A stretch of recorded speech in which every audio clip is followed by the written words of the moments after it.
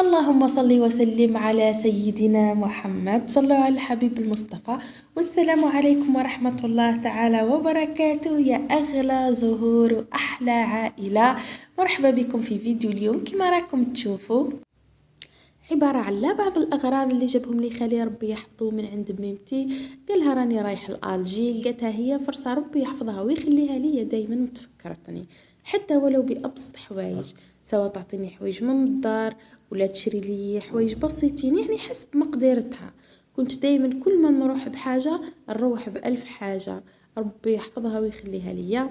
كما راكم تشوفوا بعثت لي هذا التاكسي لعبة لولدي، شافها بعد جذبت له الانتباه، جاي يجري ويحب الحاجة اللي فيها لي كولار، وفي نفس الوقت جاته غريبة لحد الساعة والله راهو يلعب بها ويحبها بزاف، وخاصة يدورها ويقعد يلعب بالروض نتاعها.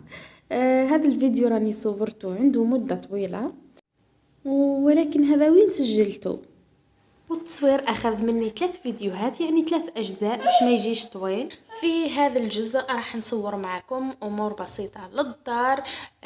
كاين حوايج شراوهم ليهم وقسموهم معايا، وكاين حوايج شراوهم ليا سبيسيال. الساشي هذيك البيضة فقط راح نخليها للجزء الثاني من الفيديو، لأنه فيها حوايج ولدي مع هذيك السيارة.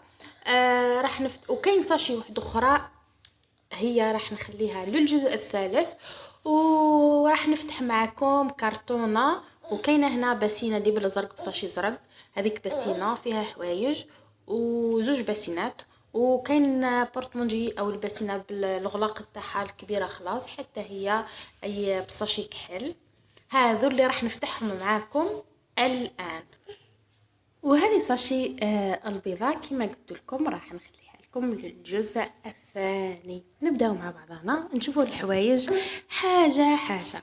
هنا برك نقول لكم حاجه، والله العلي العظيم راني نفتح فيهم وانا ما على باليش اصلا وش كاين حوايج ما توقعتش خلاص انها بعثتهم لي، لانه هي نعتتهم لي في لا فيديو، يعني في مكالمه فيديو. كنت نهضر معاهم نعتوا لي حوايج وقالوا لي واش رايك في هذا واش رايك على اساس شراوهم ليهم. وانا مديت الراي نتاعي وهما بعثوهم لي. كيما الساشي تاع ولدي اصلا ما على باليش وش فيها. كيما الساشي الاخرى ما توقعتش خلص انها بعثت لي هذوك الحوايج. ربي يحفظهم ويخليهم.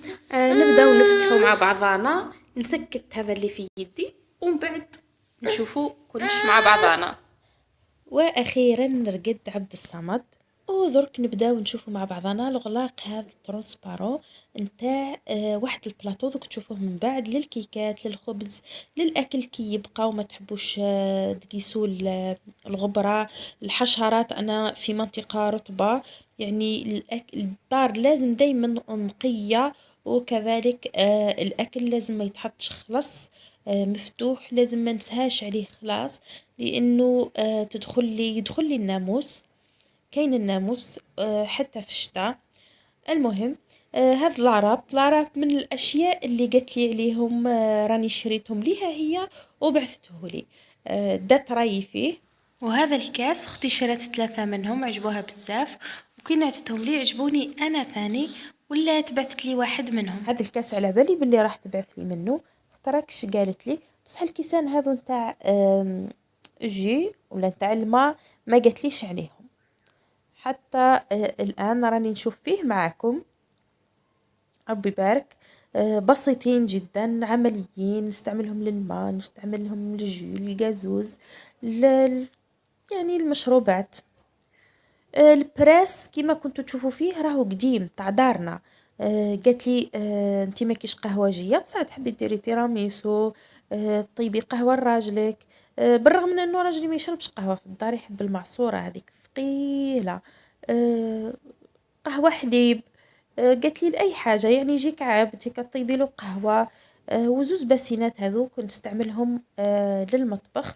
بالنسبه للماعن علاه ما شريتش الماعن، بالرغم من اني عندي عامين زواج. اولا كنت ساكنه من قبل في دار خالته فيها كل شيء، يعني من مجاميعه ابسط الامور فيها. ربي يبارك ما احتجتش اني نشري حتى حاجه.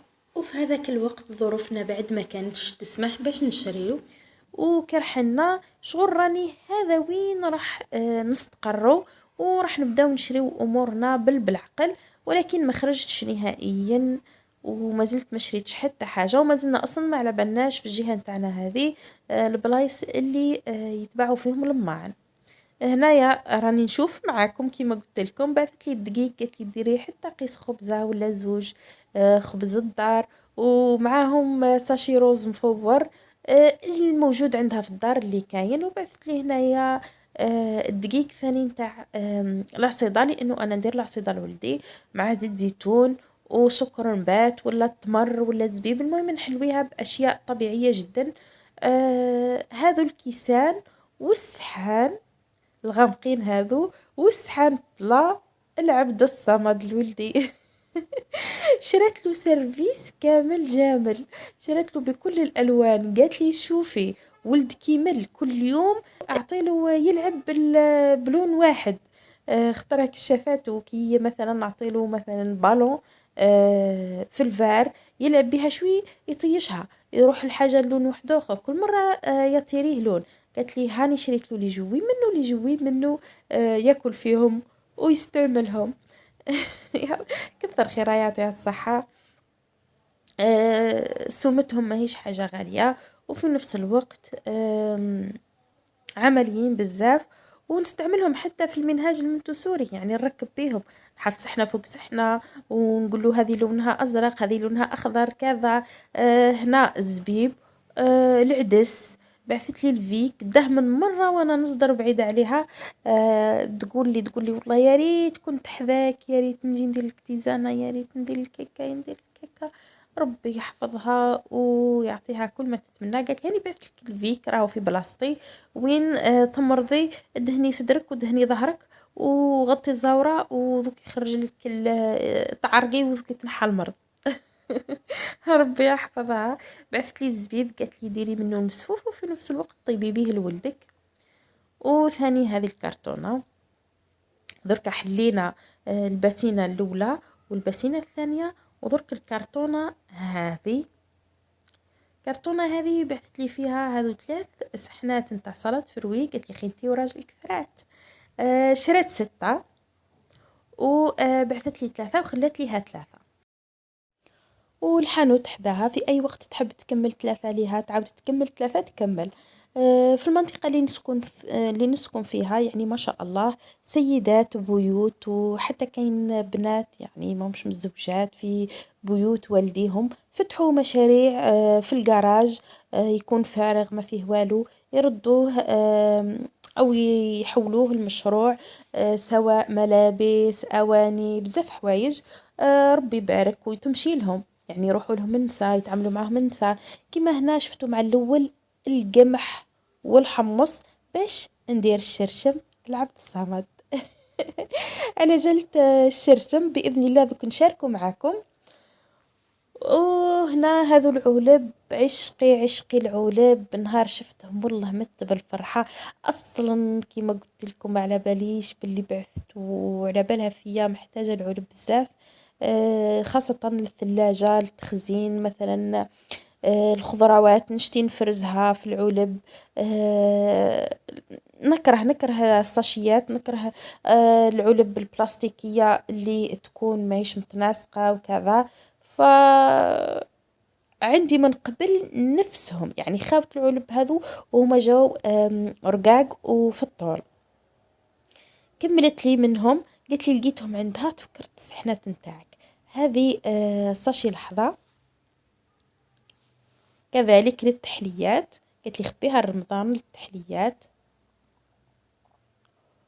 وبعثت لي الزيتون ثاني قريب يفض راني نسجل لكم في الفيديو والزيتون قريب يفض. ربي يبارك ما كي ترقد الحوايج ترقدهم ما شاء الله سواء الزيتون سواء الفلفل السنارية كل الحوايج نتاع الترقاد ترقدهم ما شاء الله. وهذه راكم شفتوها يعني من قبل في لي فيديو يعني ما كان لا هنا على اساس زعما راني قلت نقول ما نقول لهمش عليها ونحطها مع حوايج المشتريات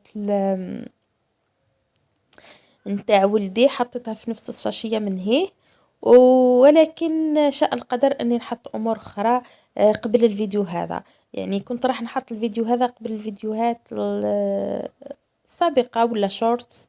المهم جلابة نتاع اختي شريتها جديدة خلاص، يعني جديدة بالكاغط، وأعطتها لي لأنه عجبتني، ربي يحفظها. ادعيوا لها معكم وادعيوا لها ليها ولميمتي. هذا هو البلاطو، هذا هو الغلق نتاعو، شوفوا شحال هايل، شحال زين وبوغوس. وزوز حنات هذوك نتاع الشوربه، ما قلت لكمش عليهم، ثاني شريت ليها وبعثت لي منهم هذوك الصحنات نتاع الشوربه من مشتريات نتاعها هي. وهذا العلاب واش فادوني، واش فرحت بيهم، واش عجبوني، واللون الفار هذا نحبه انايا. حتى الرشمة هايلة، يعني ما شاء الله. انا من النوع اللي ما يشتيش الرشمات المزركشين وداخلين في بعضهم، ولكن الرشمة هذه بالذات حبيتها، والله عجبتني بزاف، يعني ما شاء الله. انا بعثت لي نص لتر زيت زيتون ماهوش ليا. كي تبعث حاجة لولدي تقول لي او هنايا راكم تشوفوا في اليد المليحة، راكم تشوفوا في الكاميرا قاعدة تتخلخل، راني عطيتلو اللانجات، طيشتها له، كنت طيشت له الالعاب، والو ما حب والو، حب يطلع هنا عنده فضول وش كاين الفوق هنايا، فحب يطلع عندي الفوق ولا حب يدخل يده ويشوف وش كاين هنايا. قاعدة نعطيكم في الاحجام نتاع العلب هذو. مامو 4 هاي. والصرفيطة هذه الكبيرة راهي شرات قماش من قبل وخيطته لها انايا في الماشينة، وخليت لها هذا الكبير، عيات فيا اديه يديك، قلت لها لا خليه ليك برك، وديت صرافت منه، ولكن كما راكم تشوفوا لحقته لي. قالت لي باش المره الجايه كي نقول لك ادي حاجه اديها، وها خلاص. نورمالمون هكا نكون خلصت الفيديو هذا. راح نغسلهم، ونغسل اللي لازم يتغسل، ونخبي اللي لازم يتخبى، حتى يلحق رمضان ان شاء الله الحي. ونجبد الحوايج نحيهم من الكرتونه كيما الكيسان، كيما هذوك الصحاني، نغسل كلش. وباذن الله نشارك معكم فيديو نتاع الاواني اللي راح نستعملهم في رمضان. ما شريتش، ولكن اواني عندي من قبل، جبتهم من دارنا كذلك. كاين حوايج بزاف عندي من قبل تاع القناة، وشريتهم للقناة في بداية القناة يعني. وكاين حوايج زدت شريتهم لميمتي، وكاين حوايج يعني من جدد، ونزيد لهم من حوايج هذو جدد وخلاص. وندير معكم فيديو ان شاء الله الاواني اللي راح نستعملهم في رمضان، وراح تشوفوهم في رمضان. وباذن الله نشارك معكم وصفات بزاف. هي الزيت الحرة، زيت زيتون الحرة. العدس الثاني بعثته لي لولدي لانه نطيب له العدس البقوليات، خاصة العدس الاحمر، نطيبه له مع الشوفان مع البطاطا مثلا، وندير له الصفر تاع العظمة في الغداء. في العشاء ما نديرش الصفر تاع العظمة، يعني العظام مع العشية والو يوجعوه.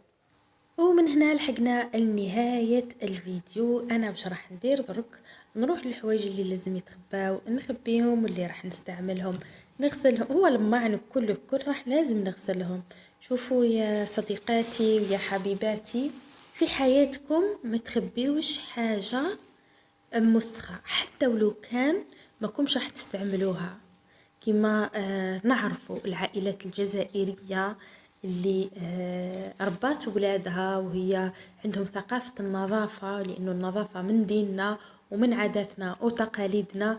واللي خرج على الشيء هذا اسمحوا لي إنسان ماهوش نظيف بتاتا، لأنه حتى ولو كان الحوايج في كراتنهم راح يجبدوا من الكراتن، يتغسلوا ويتخباو، لانه الدار اللي فيها الغبرة ولا الحوايج المسخين دار مملوءة بالشياطين والحوايج اللي مشي ملاح، عافانا الله وعافاكم. باش تبقى البركة وما ينقطعش الرزق على البيوت، فتلقاو العائلات الجزائرية دايما هكا يلحقوا مناسبات معينين، ولا الصيف دخل ولا الشتاء داخل مشي محتم مناسبات، تلقاوهم طول يجبدوا كل الماعن اللي في الدار. الفراش نتاع الشتاء تغسل داخل الصيف، ولا العكس فرش الصيف تغسل داخل الشتاء. تلقاو دايما النقاء والتفحفيح والدنيا الله الله. كيما راكم تشوفوا هنا جاتني العين، جبت الماعن اللي تحت البوطاجي كامل غسلتهم، لانه تخلي الماء تحت البوطاجي، وغسلتهم مع حوايج راح نستعملهم في رمضان ان شاء الله.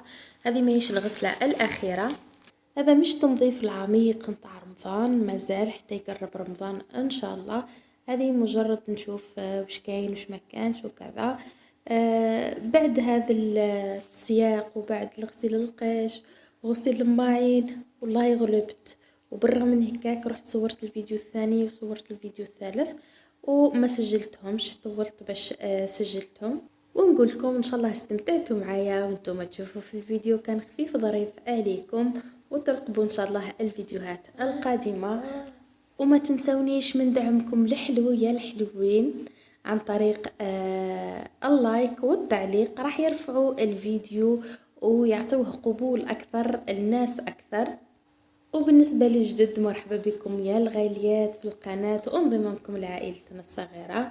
وإذا كنتوا جدد أول مرة تشوفوا الفيديو وما زلتوا ما درتوش أبوني، انطلعوا وانزلوا لتحت وضغطوا على جرس الاشتراك باش تدعموني وباش تشوفوا جديد معايا، وإن شاء الله نفيدكم ونستفادوا كامل مع بعضنا بإذن الله. هنا راني قاعدة نعتلكم في القاعدة نتاع البراس. لقيت عندي القاعدة تاع البراس تاعي القديم تمشي مع هذا البراس اللي بعثوه لي، وهي جديدة خلاص. يعني البراس نتاعي كانت من الفوق كنت نحسبها زجاج وهي ماهيش زجاج، وذابت لي وهي على النار، فبقت لي غير القاعدة نتاعها جديدة خلاص. على هذا السبب راح نبدل، ممكن نبدل، ممكن نستعمل القديم قادرة ما نستعملهاش. كاينه واحده النقطه صغيره هكا بغيت نتكلم عليها، اللي هي اللايكات والتعليقات. دايما الفيديو طالع 300 700 2900 واللايكات تحت خط الادنى، يعني موش حتى نص العدد.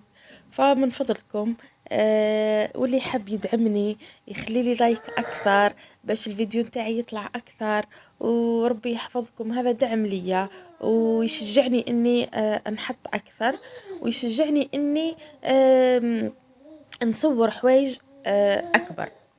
وسلام حبيباتي، نتهلا في رواحكم.